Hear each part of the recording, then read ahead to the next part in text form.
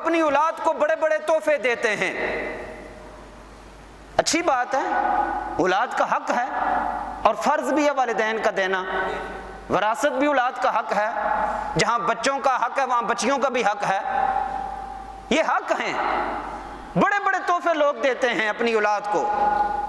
کوئی بنگلہ دے رہا ہے، کوئی کوٹھی دے رہا ہے، کوئی کار دے رہا ہے، کوئی زمین دے رہا ہے، کوئی جائیداد دے رہا ہے، وہ سب کچھ سبحان اللہ خوشی ہے، ہر لحاظ سے خوشی ہے، لیکن آمنہ کے لال سید عالم نور مجسم شفیع معظم صلی اللہ علیہ وسلم نے جس تحفے کی طرف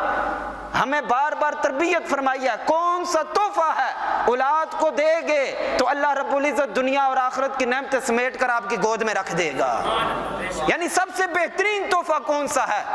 سنیے سارے ہی تحفے سبحان اللہ، لیکن اولاد کو دینے کے لیے سب سے بہترین افضل اور اعلیٰ تحفہ یہ ہے، ما نحل والد ولدا من نحل افضل من ادب حسن۔ میرے نبی کریم رؤوف الرحیم صلی اللہ علیہ وسلم نے فرمایا والدین کی طرف سے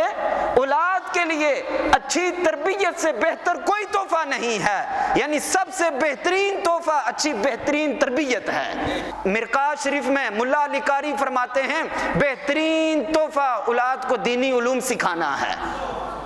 دینی علم سکھانا ہے۔ جب کوئی بہترین ان کی تربیت کر دے گا اور دینی ماحول میں رہتے ہوئے ان کی تربیت کرے گا تو یہ جو تحفہ ہوگا ان کو دنیا میں بھی فائدہ دے گا، آخرت میں بھی فائدہ دے گا،